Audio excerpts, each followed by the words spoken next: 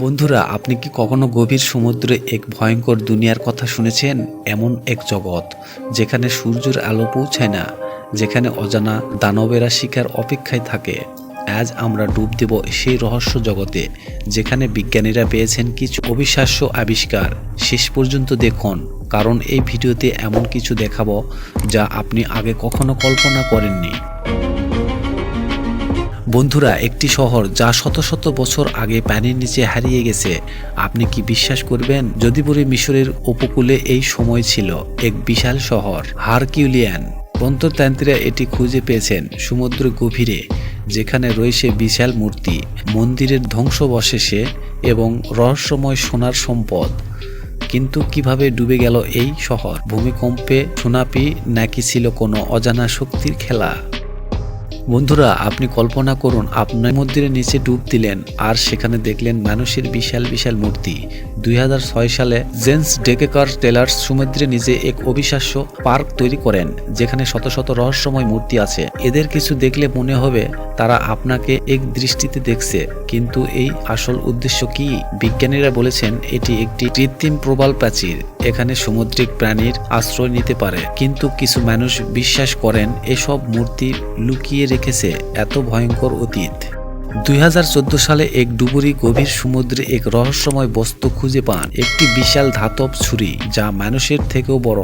প্রশ্ন হলো, এটি কার? এটা কি কোনো প্রাচীন যুদ্ধের অস্ত্র, নাকি কোনো অজানা দানবের চিহ্ন?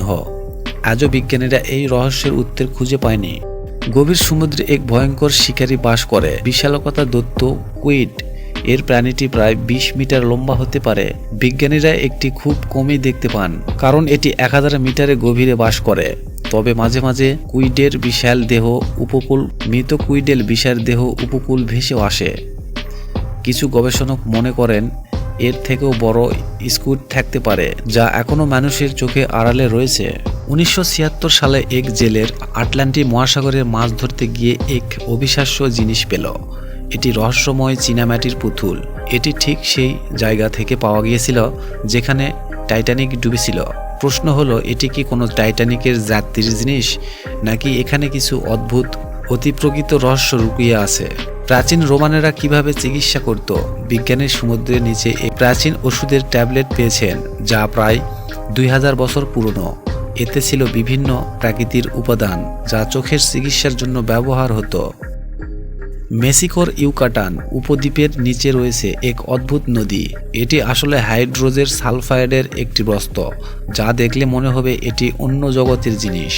যারা সেখানে ডুব দেয় তারা বলেন এখানে এক অদ্ভুত অনুভূতি হয়, যেন কেউ তাদের দেখছে। এই স্বর্ণগুলো থেকে ফুটন্ত পানি বের হয়, যার তাপমাত্রা 450 ডিগ্রি সেলসিয়াস পর্যন্ত হতে পারে। এখানে বাস করে কিছু রহস্যময় জীব, যারা এত ভয়ঙ্কর পরিবেশেও টিকে থাকতে পারে।